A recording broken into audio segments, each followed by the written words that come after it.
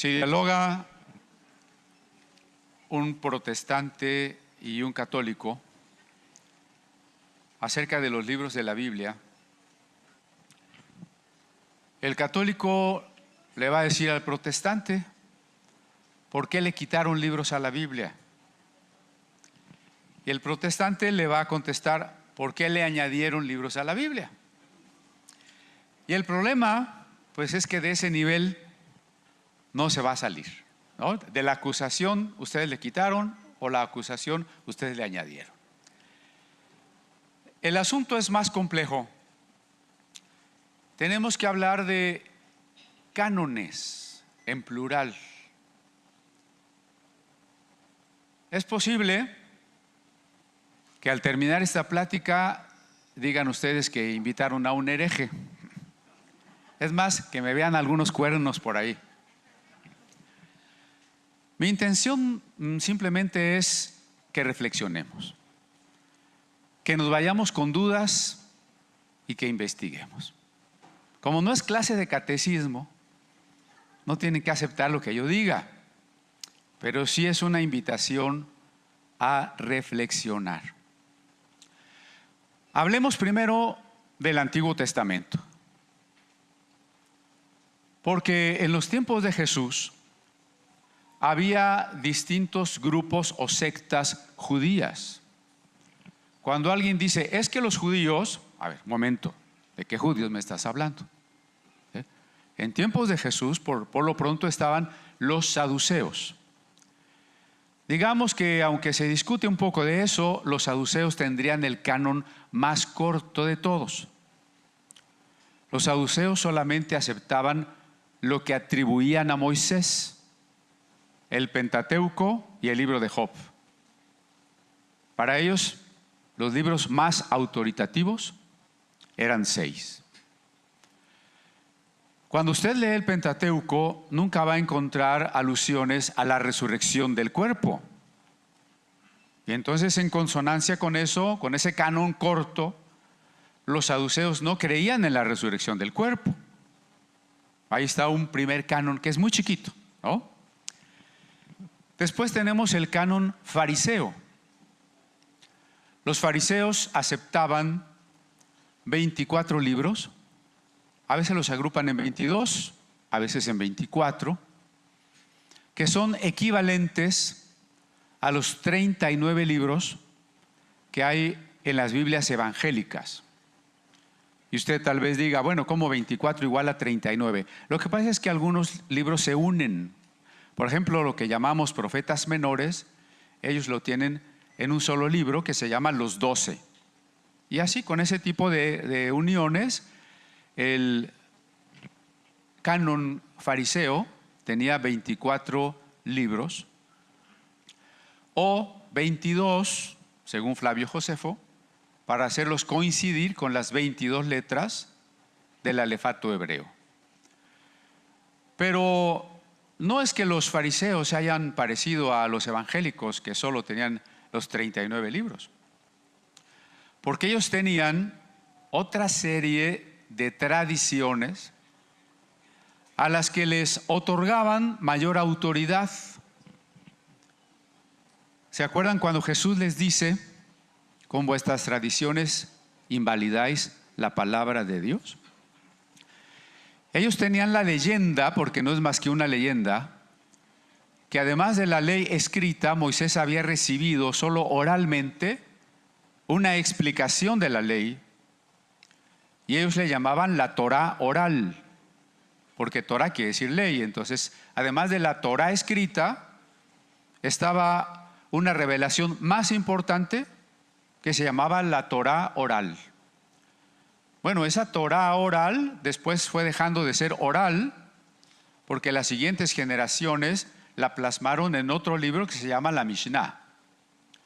Y luego la Mishnah dio origen al Talmud, que es una obra incluso más extensa que el Antiguo Testamento, de interpretaciones y tradiciones y discusiones acerca del Antiguo Testamento.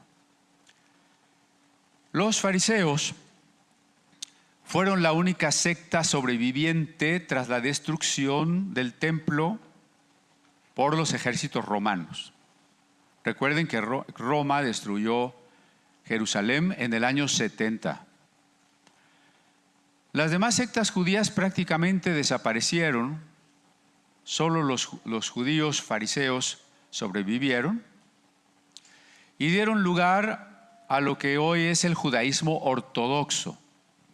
O sea, fariseos, talmudistas, judíos ortodoxos, bueno, pasando por otros grupos como caraítas, mishnaitas, tanaítas, pero es una línea de fariseos a judíos ortodoxos. Los demás prácticamente, insisto, desaparecieron. Así que el fariseo tenía un canon muy grande.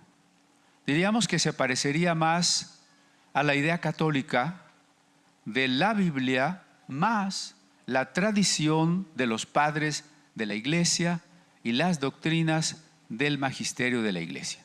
Es un corpus sumamente amplio. Los fariseos lograron una autorización de Roma para reconstruir el Sanedrín, ya no en Jerusalén, estaba destruida, sino en un puerto hacia el norte que se llama Jamnia o Yabne, se puede pronunciar de cualquier manera. Ahí tenían ellos un Sanedrín en el que discutieron, entre otras cosas, cuáles eran los libros que manchaban las manos. La expresión judía, curiosamente, no es inspirados, no es canónicos, sino que manchan las manos. Es decir, que una vez que yo toco un texto sagrado, estoy impedido de tocar cualquier cosa impura o profana.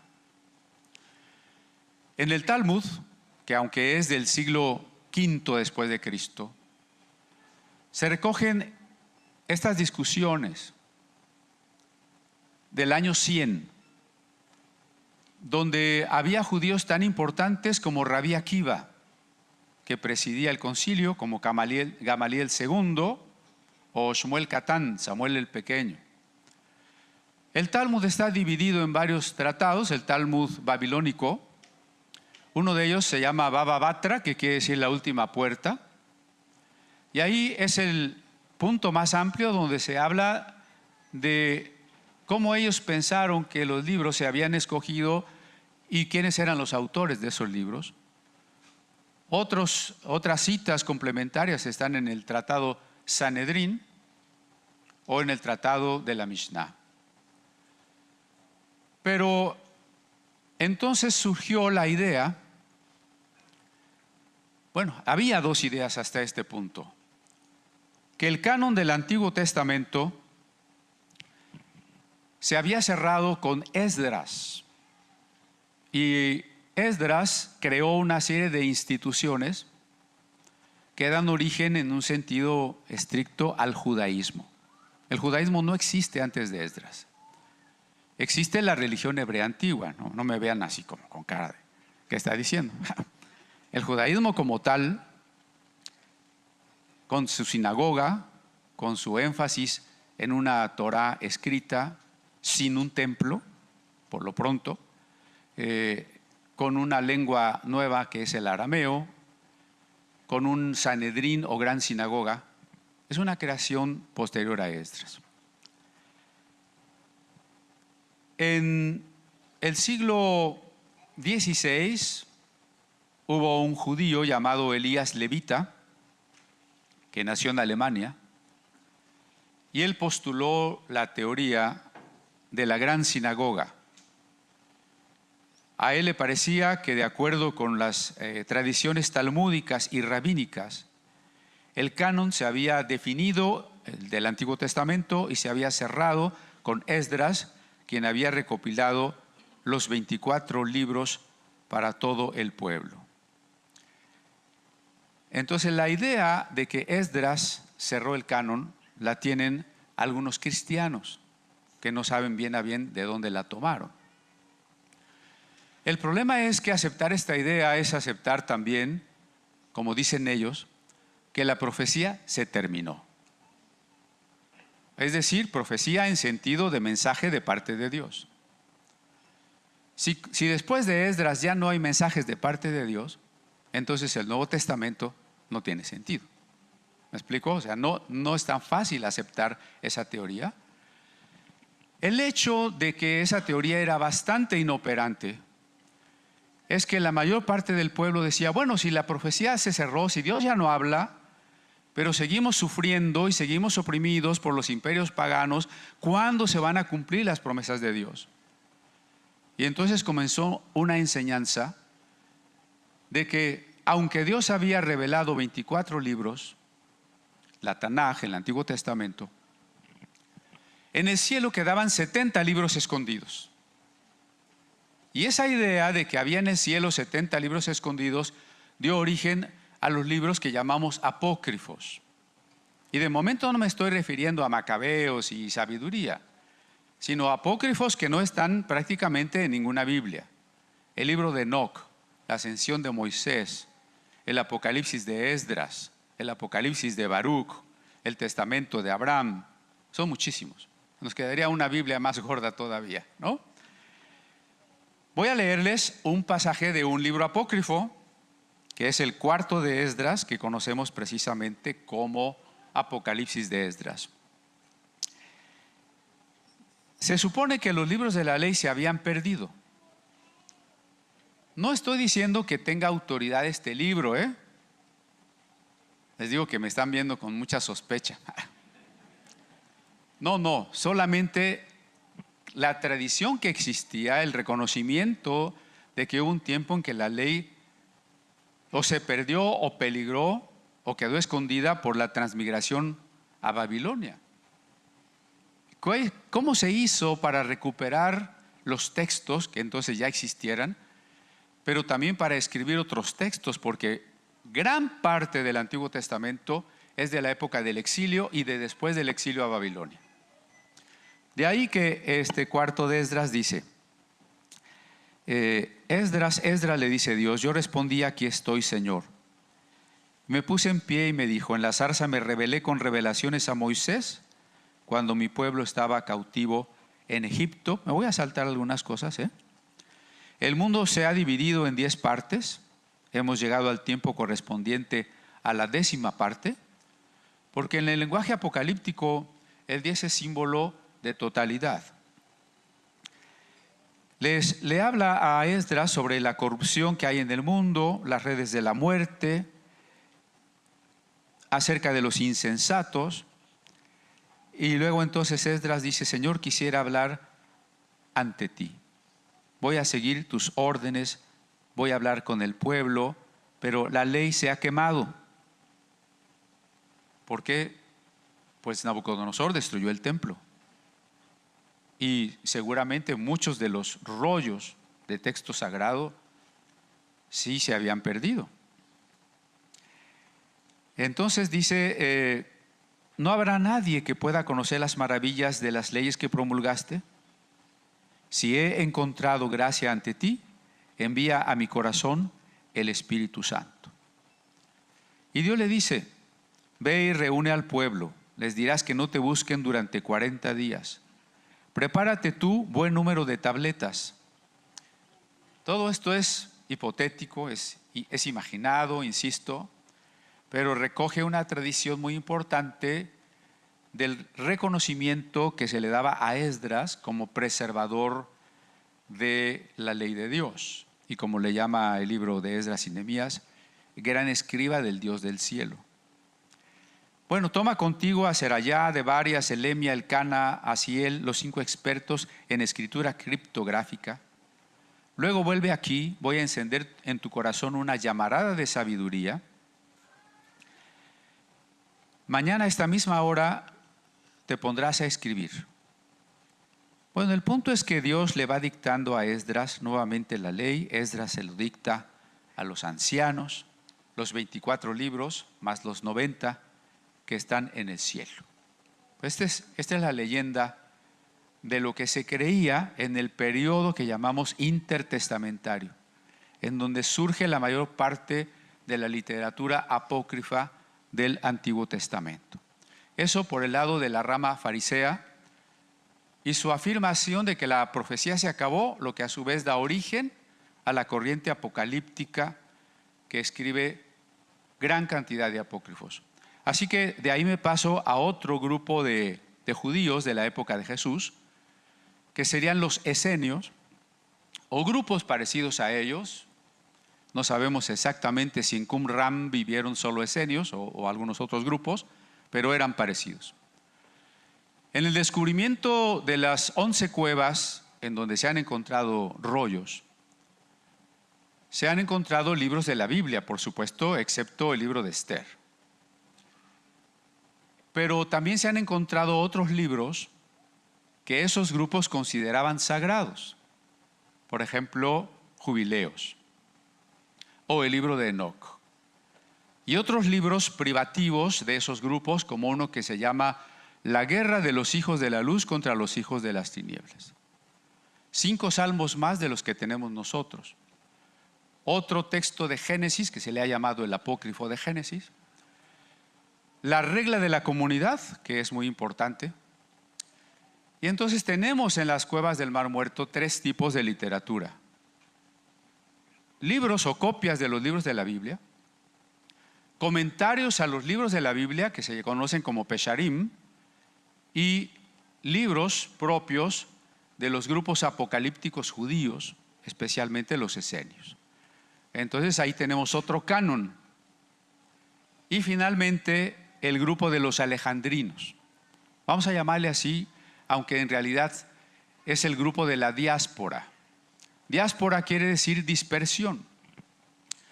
Digamos que cuando mucho el 40% de los judíos vivía en Palestina.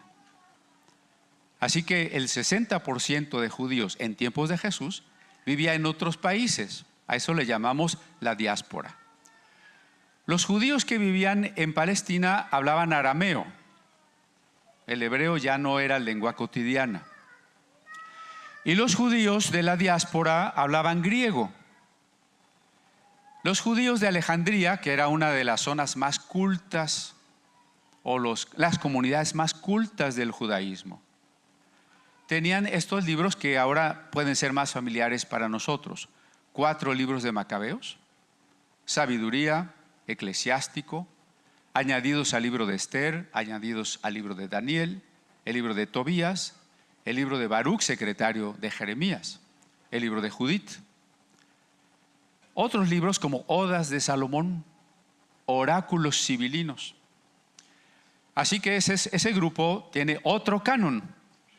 Ahora, estoy usando la palabra canon de una manera imprecisa, un tanto anacrónica. Anacrónica quiere decir fuera de tiempo. ¿Por qué? Pues porque es una época en que la idea, la preocupación por definir una lista precisa no existe. No olvidemos que la Biblia no es un libro entre 2 tapas. ¿Alguien tiene una Biblia aquí a la mano? Es que yo no tengo Biblia. Vengo del Museo de la Biblia, pero no tengo Biblia. Gracias. No, nada más quiero hacer evidente que hoy vemos la Biblia como si fuera un libro, entre 2 tapas. Olvidamos que es una colección y que en tiempos de Jesús era un conjunto de rollos, que si los desenrolláramos, probablemente el promedio de longitud sería 12 metros. Así que los fariseos tenían 24 rollos de 12 metros de largo. Pero los esenios o los alejandrinos tenían más rollos. A nadie le preocupaba ni en qué orden se ponían los rollos, porque el orden de los libros solo se hace cuando se inventa el códice, o se adopta el códice por los cristianos.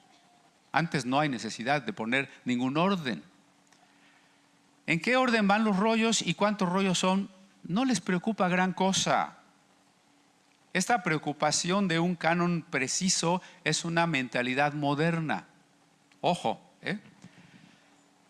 Bueno, imaginen si Jesús se va al desierto a ser tentado del diablo y cuando el diablo le tienta, Jesús le contesta con la palabra de Dios, ¿no es cierto? Pero ¿acaso Jesús iba con sus 24 rollos al desierto? Y cuando lo tentó el diablo dijo, ay, ¿cuál rollo era? ¿Cuál? Y luego lo abrió, ay, ya me pasé, me regreso, le vuelvo a enrollar, le vuelvo a desenrollar. No, porque las copias eran muy caras, eran en pieles de animales, nadie tenía dinero para tener esas copias. Solo una persona tan rica como el tesorero de Etiopía, que iba leyendo Isaías y solo tenía ese rollo. Las sinagogas que tenían más dinero podían tener más rollos, pero uno en casa no. Uno en casa tenía que saber escuchar, ir el sábado a la sinagoga y escuchar, y memorizar y llevar para meditar.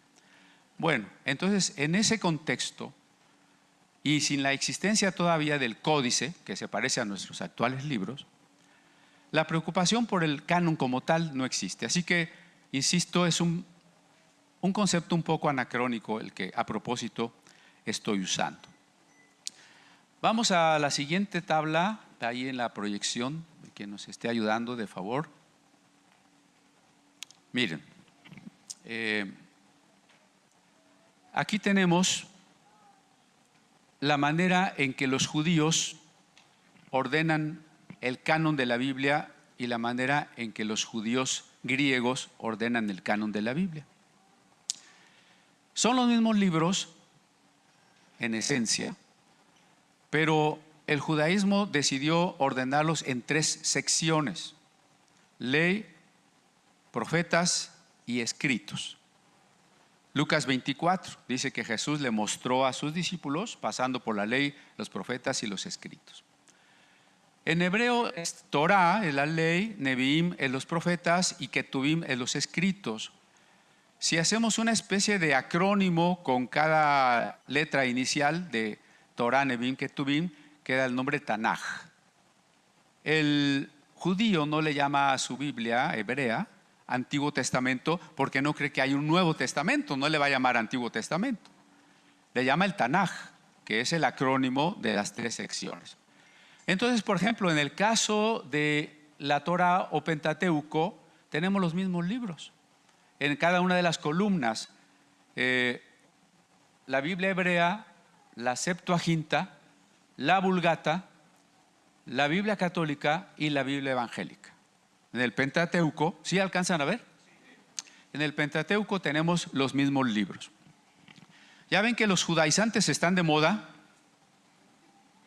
Una persona que tenía más de 30 años en la iglesia cristiana un día me dice, oiga, ¿me puede conseguir una Torah en español? Le digo, la ha tenido en su Biblia todo el tiempo. Es el Pentateuco, ¿no? Bueno, la diferencia en la manera en que se acomodan comienza en la siguiente sección. Porque la segunda sección de la Biblia hebrea se llama los profetas. Y esa sección está dividida a su vez en 2. Los profetas primeros, o Neviim Rishonim, y los profetas postreros, o Neviim Naharonim. Miren, curioso porque los profetas primeros son Josué, Jueces, 1 y 2 de Samuel, 1 y 2 de Reyes. ¿Cómo? Si nosotros los conocemos como históricos. Sí, pero para este concepto no es solo historia curiosa del pasado. Son proféticos porque es un mensaje de cómo Dios ha redimido y formado y preservado a su pueblo. Y la segunda sección de los profetas, los postreros, son Isaías, Jeremías, Ezequiel y los 12. Esa es la segunda sección. En el caso de los judíos de Alejandría, donde está la biblioteca, sigue otro criterio, un criterio bibliotecológico, que es agrupemos todos los libros de historia. Y entonces tenemos desde Josué hasta el libro de Esther, incluidos Macabeos, Tobías, Judith, ¿no? Todos esos son historia. En el caso de la Biblia Vulgata Latina, que hereda la mayor parte de la estructura de la Septuaginta, no tiene, por ejemplo, 3 y 4 Macabeos, pero sí tiene Macabeos. Por aquí donde dice Paralipómenos, es Crónicas en griego. No crea que es un libro apócrifo. Es Crónicas, ¿no? Ahora bien, entonces la Vulgata sigue más o menos el orden de la Septuaginta. La mayoría usamos la Biblia de Casiodoro de Reina, ¿no? Fíjense qué curiosa combinación. Como tenemos solo 39 libros en el Antiguo, en tamaño nuestro canon pertenece a la lista de la Biblia hebrea. Pero en el orden en que los acomodamos, ley, históricos, poéticos, proféticos, seguimos a la Septuaginta. Es una mezcla, ¿no? Bueno, por lo pronto aquí tenemos en esta tablita una muestra fehaciente de la distinción de dos cánones que la iglesia cristiana va a heredar: el canon corto y el canon largo. ¿Qué es la Septuaginta? Creo que aquí tengo que detenerme un poquito, ¿no? Porque es hasta una palabra que no sé pronunciar. La septa, ¿quién sabe qué? ¿Verdad? O la Biblia de los 70 sabios. La Biblia hasta la fecha ha sido traducida a más de 3.300 lenguas. La primeritita de todas esas traducciones se hizo en el siglo o a partir del siglo III antes de Cristo. Antes de Cristo. Así que era solo traducción del Antiguo Testamento al griego, porque la mayoría de comunidades judías necesitaba leer el texto en griego, ¿de acuerdo? Entonces fue una traducción tan importante que los judíos de la época pensaban que era el segundo Sinaí. Dios había dado la ley en hebreo y ahora la había dado nuevamente en griego, porque la consideraban una versión inspirada. Tanto Filón como Josefo, que son uno filósofo y el otro historiador judíos, dicen que esta traducción estaba inspirada por Dios. Lo que algunos creen de la Reina Valera 60, ¿no? Esta traducción Septuaginta sí estaba palabra por palabra inspirada por Dios, así que le daban toda la autoridad. El faraón del tiempo de Moisés había esclavizado al pueblo. El faraón del tiempo de estos judíos, Ptolomeo II Filadelfo, les había dado la libertad, y por eso Dios había dado nuevamente la ley.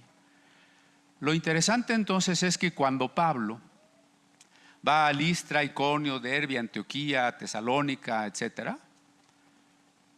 los judíos de esas sinagogas hablan griego y los no judíos de esas ciudades hablan griego. Y las Biblias que se leen en las sinagogas de todos esos lugares donde va Pablo es la Septuaginta.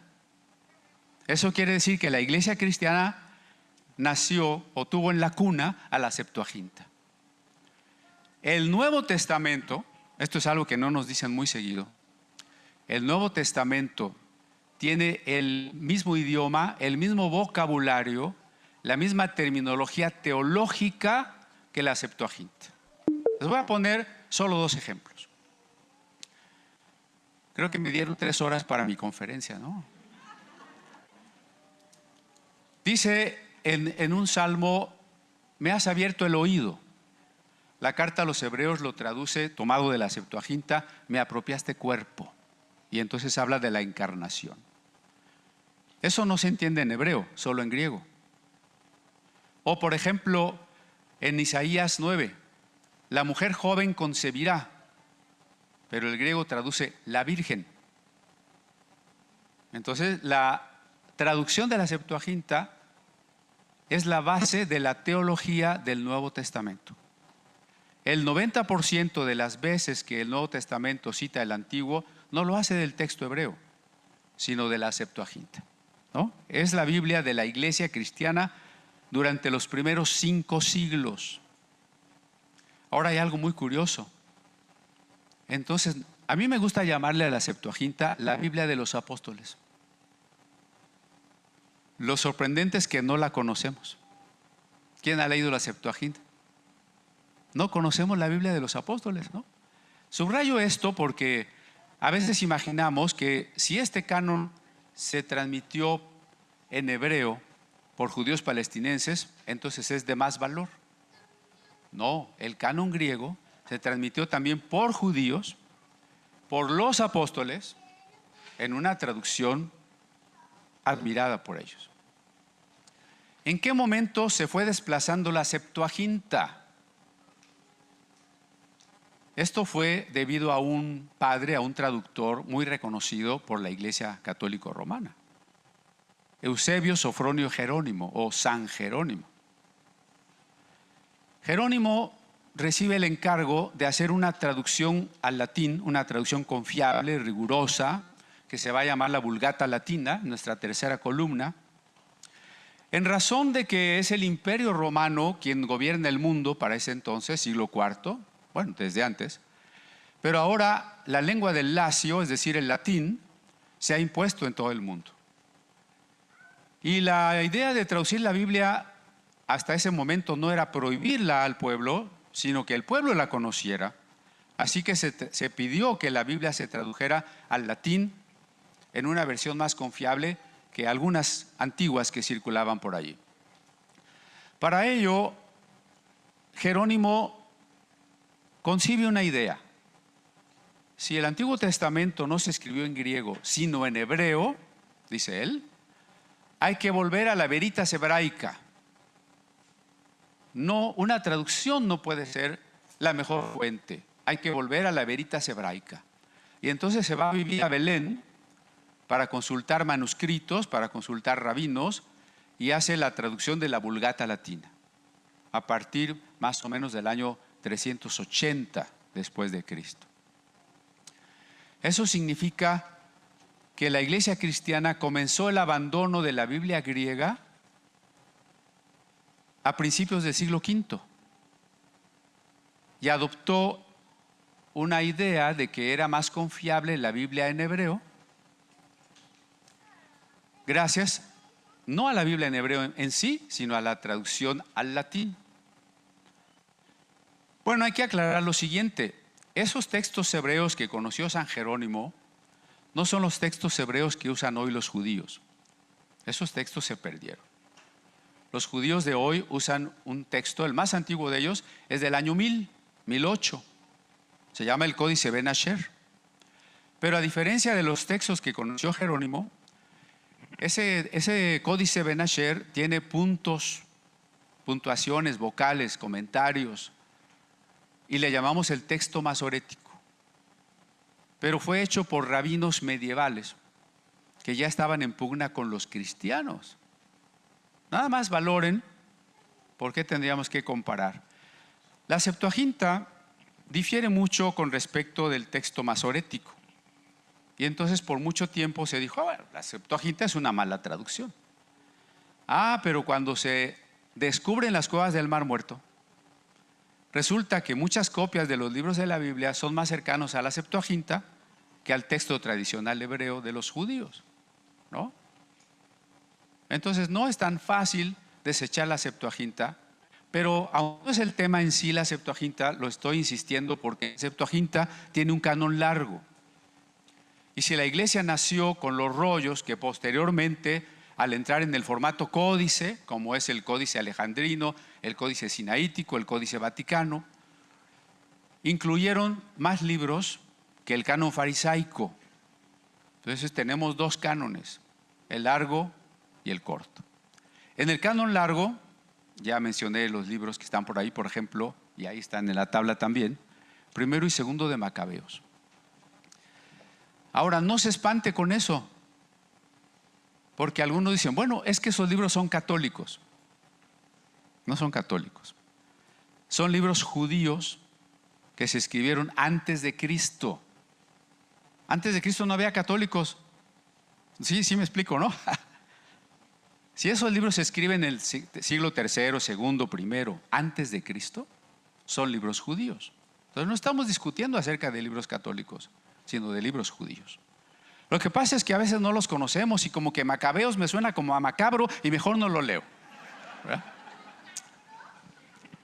Pero por ejemplo, el primer libro de Macabeos nos cuenta toda la historia del ascenso de Alejandro el Grande, su muerte y la división del imperio entre sus 4 generales.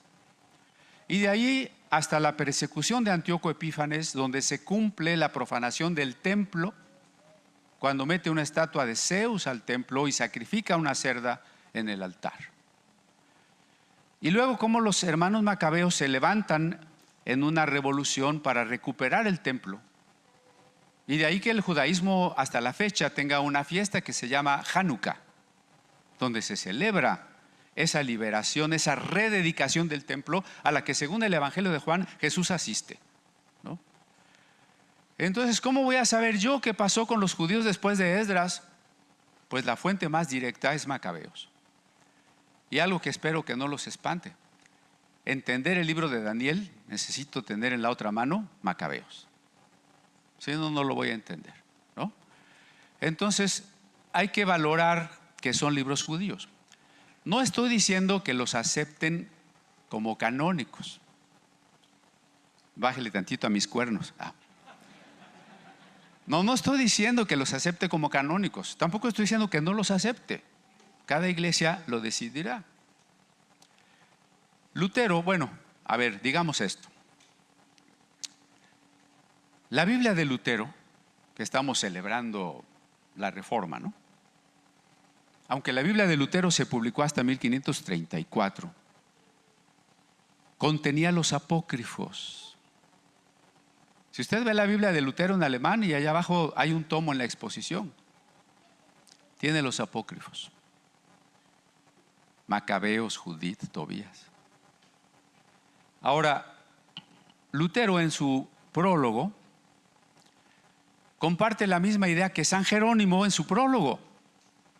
Porque San Jerónimo, siguiendo la Veritas hebraica, dice: estos libros los voy a traducir porque me lo están pidiendo, pero no son inspirados.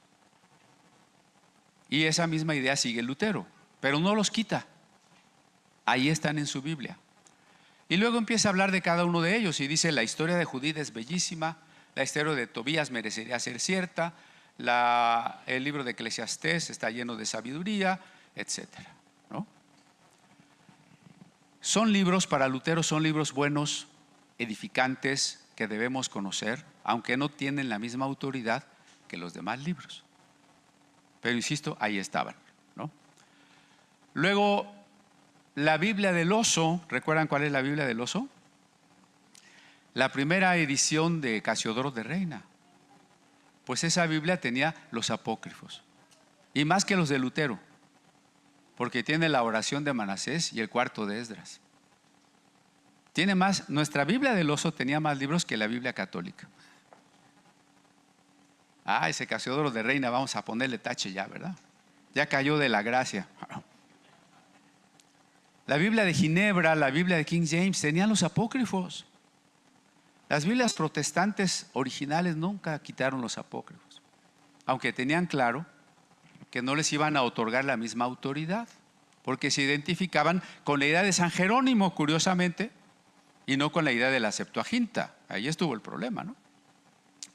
Ahora, la Iglesia Católica dice: vamos a contrarrestar lo que hace Lutero, e inicia la contrarreforma. Convoca a un concilio de obispos en la ciudad italiana de Trento, y ahí en la segunda sesión de 1546 dicen: si Lutero dice que estos libros no son inspirados, nosotros vamos a decir que sí. Y como en su concepto la Iglesia decide la Biblia, en el concepto romanista la Iglesia decide la Biblia, entonces toman la decisión de que esos libros se van a llamar deuterocanónicos, ya no apócrifos. Apócrifos tampoco era una mala palabra, ¿eh? Apócrifo quiere decir escondido o privado. Y eso nada más era porque ya dijimos que no había Biblias en la casa, ¿no? Dijimos que la gente iba a la sinagoga o a la iglesia a escuchar la lectura. Por eso en público no se leían libros que no fueran la escritura, para no confundir a las personas. Así que eran libros de lectura privada o apócrifos. Pero la Iglesia Católica decide ya no llamarles apócrifos, sino del segundo canon. Deuterocanónicos quiere decir del segundo canon. Pero en cierta forma era llevarle la contra a Lutero. A pesar de eso, las Biblias evangélicas siguieron publicando los apócrifos hasta 1825, cuando la Sociedad Bíblica Escocesa y la Sociedad Bíblica de Inglaterra decidieron quitarlos. Y entonces como que se reavivó la discusión, pero desde la ignorancia, porque hay católicos que dicen: mira, Lutero tenía tan mala intención que hasta le quitó libros a la Biblia. Pues no conoces la Biblia de Lutero entonces, ¿no?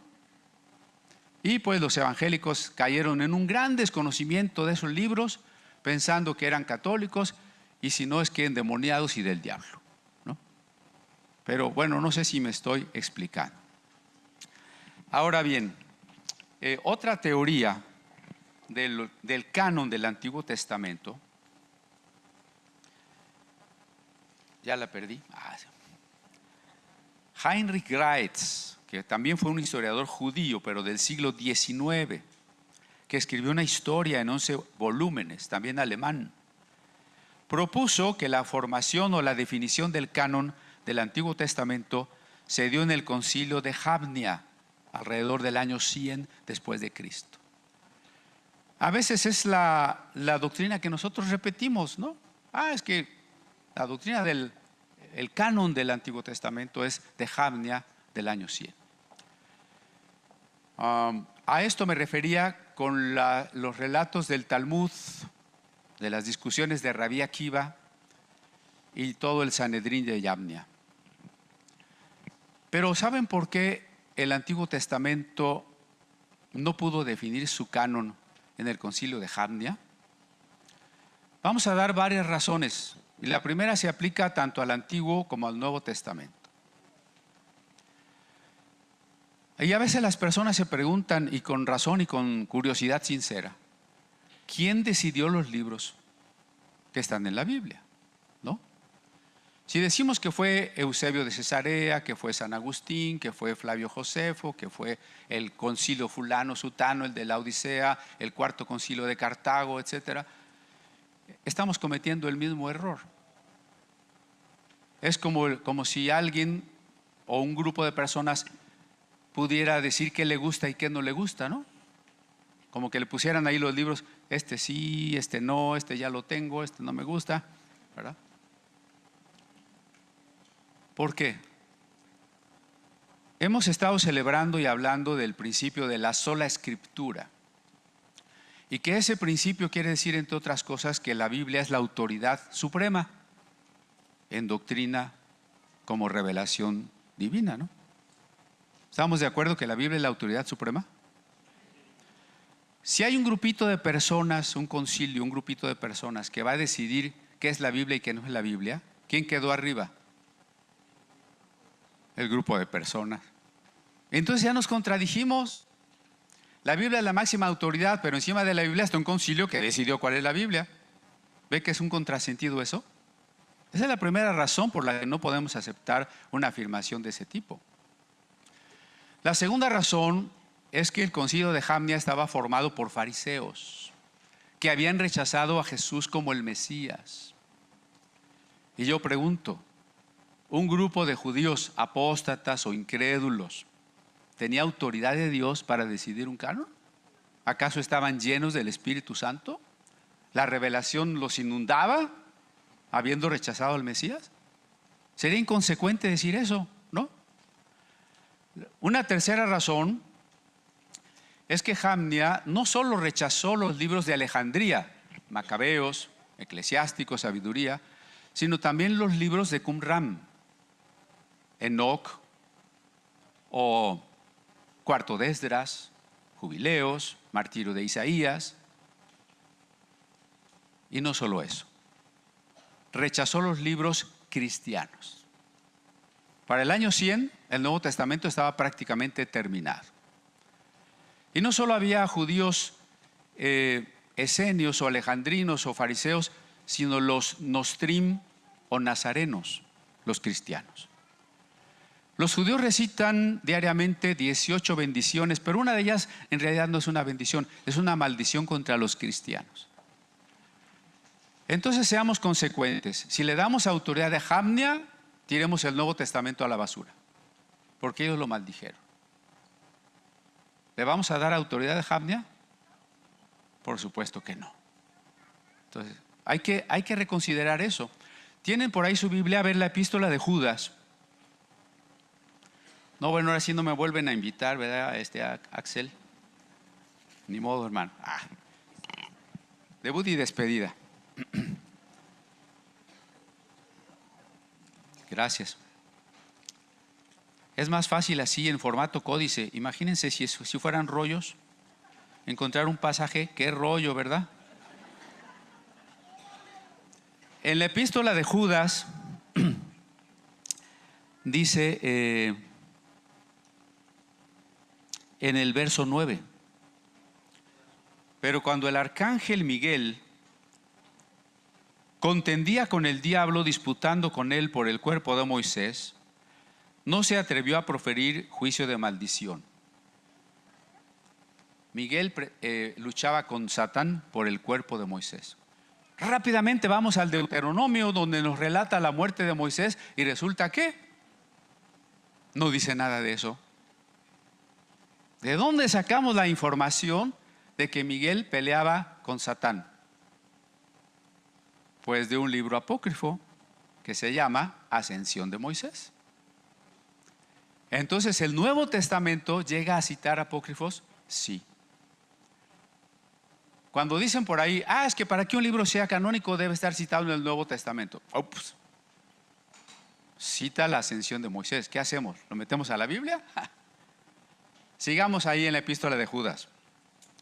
Dice, por ejemplo, en el verso 14: de estos también profetizó Enoc, séptimo desde Adán, diciendo: he aquí vino el Señor con sus santas docenas de millares. Corremos a Génesis a buscar qué dice de Enoc, y resulta que no hay ninguna profecía de Enoc allí. Entonces, ¿de dónde sacamos que Enoc profetizó eso? Pues de otro libro apócrifo no para la iglesia de Etiopía, que sí lo acepta como inspirado, por cierto, ¿no? Se llama el libro de Enoc, o primero de Enoc, Enoc etiópico, que en su capítulo 2, verso 1 dice exactamente así: he aquí el Señor viene con sus santos de millares para dar retribución a los malvados. Entonces, quiere decir que esos libros no eran tan odiados, tan satanizados, cuando los mismos apóstoles los conocían.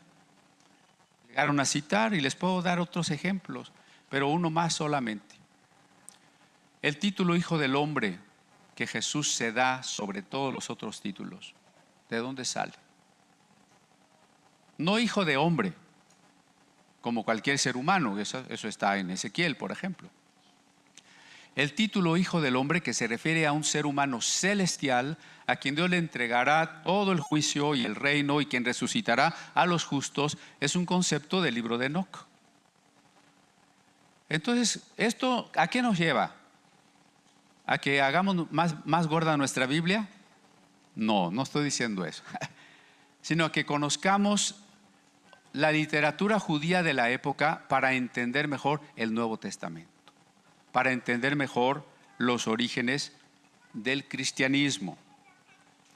Ahora bien, entonces, si no se trata de que alguien escogió los libros, porque si fuera cierta la doctrina de la gran sinagoga que con Esdras se acabó la profecía, ¿cómo es que en el Nuevo Testamento encontramos que Juan el Bautista es el mayor de los profetas? ¿Cómo es que encontramos que Ana era una profetisa que venía al templo? ¿Cómo es que uno de los dones del Espíritu Santo es el don de profecía? Y uno de los ministerios de la iglesia es el profeta. Si la profecía se acabó con Esdras, ¿me explico? Que no podemos aceptar ese tipo de tradiciones porque tiene muchas consecuencias. Entonces, los libros de la Biblia, ¿quién los escogió? No los escogió nadie. Oscar Cullmann, que fue un gran teólogo y biblista, dice una frase que me parece muy importante: los libros de la Biblia se impusieron por sí mismos. Ahí están anunciando que ahí está el libro de Cullmann, miren, allá en el rincón, para quien lo quiera. Gracias. Los libros se impusieron por sí mismos. ¿Eso qué quiere decir? Su mensaje, su poder, que fue siendo reconocido por el pueblo de Dios, y por tanto fue siendo copiado, conservado, predicado y finalmente reconocido. Por eso es que los procesos de la formación del canon, tanto del Antiguo como del Nuevo Testamento, duran cada uno no menos de 400 años. Porque no es la labor de una persona, no es la labor de un grupo, es un proceso histórico de varias generaciones. La iglesia entonces no tenía una estructura organizada con un centro que dijeran, desde el centro, por ejemplo, desde Roma, se dice que estos deben ser los aceptados. No, las iglesias eran libres, independientes.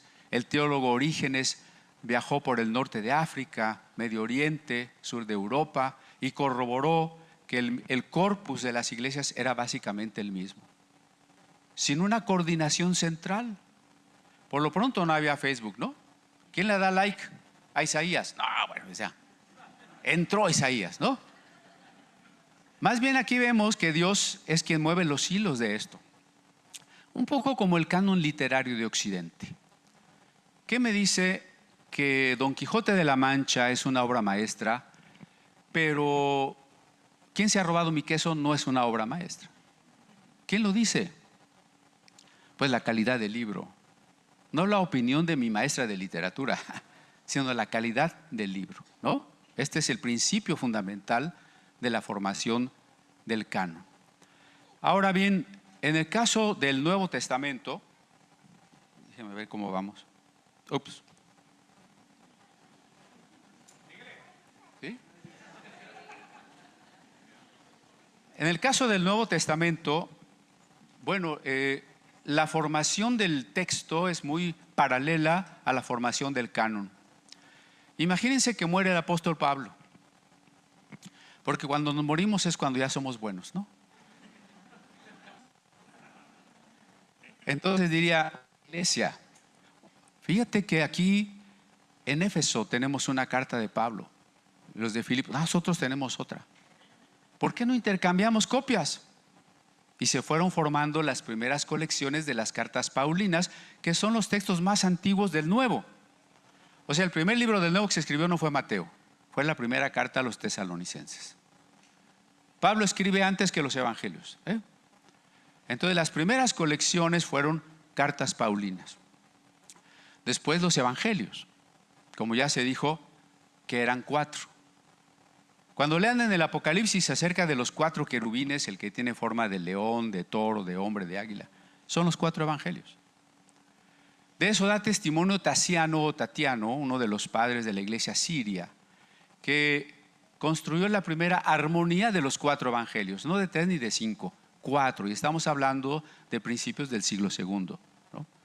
También tenemos el testimonio del canon Muratori. Muratori es el apellido de un arqueólogo italiano que encontró una lista de libros bíblicos y el número de renglones que tenía, porque los copistas, los escribas, copiaban por hemistiquio o renglón copiado. Y entonces, por ejemplo, en el caso de las cartas de Pablo, ¿por qué está primero Romanos y al final Filemón? Por la fecha en que se escribieron, por la importancia que tienen. No, están de la más grande al más chiquito, nada más. La primera que se escribió, dijimos, Tesalonicenses. Romanos fue de las últimas. ¿Por qué está primero? Pues porque es la más grande, del más grande al más chiquito. El canon Muratori entonces es un testimonio de qué libros reconocía la iglesia ya en el siglo II. Pero también hubo un hereje que se llamó Marción, un hereje muy identificado con las doctrinas de los evangelios apócrifos.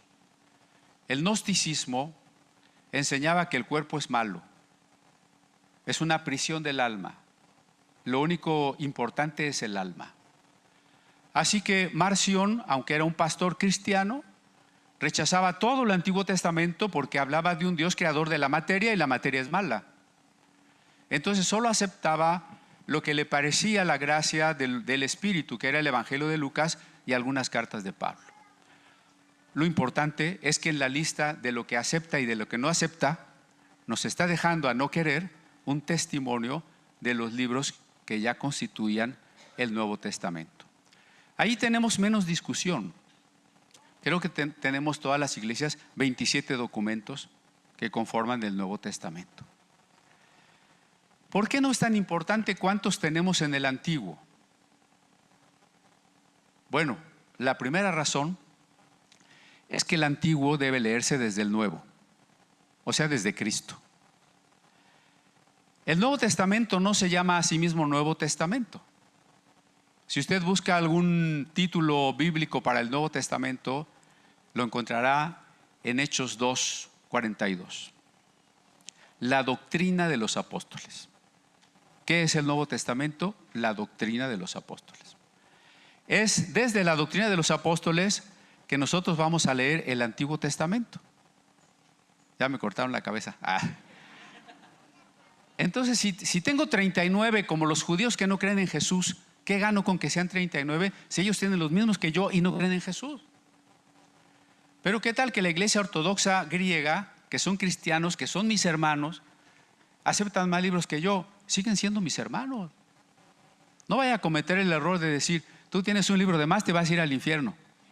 Porque ellos van a decir lo mismo de nosotros. Tú tienes de menos, te vas a ir al infierno. Porque ninguno de esos libros, si está o no está, añade o quita una doctrina sustancial a la iglesia. Que hay cosas extrañas por ahí, difíciles de interpretar, concedido, pero léalo desde los ojos de la doctrina de los apóstoles. Aún el Deuteronomio, porque el Deuteronomio también dice unas cositas por ahí medias, ¿no? En fin, conclusión. Cristo es la esencia, es la persona en torno a la cual nos salvamos o no. No la cantidad de libros. Aceptemos a las otras iglesias con los libros que tengan. En la siguiente, por favor. Ahí está la segunda sección de la Biblia judía. Y seguimos otra, por favor. Ahí está, la Biblia de los 70, la de Casiodoro de Reina y la de Lutero, para que puedan ver qué libros apócrifos tenía cada una de ellas. Nos salvamos por Cristo, no porque tenemos 39 libros o 40 o 41. Y quienes creemos en Cristo somos hermanos, porque la iglesia es una sola, la iglesia es universal. La Biblia que tuvieron los apóstoles fue la Septuaginta.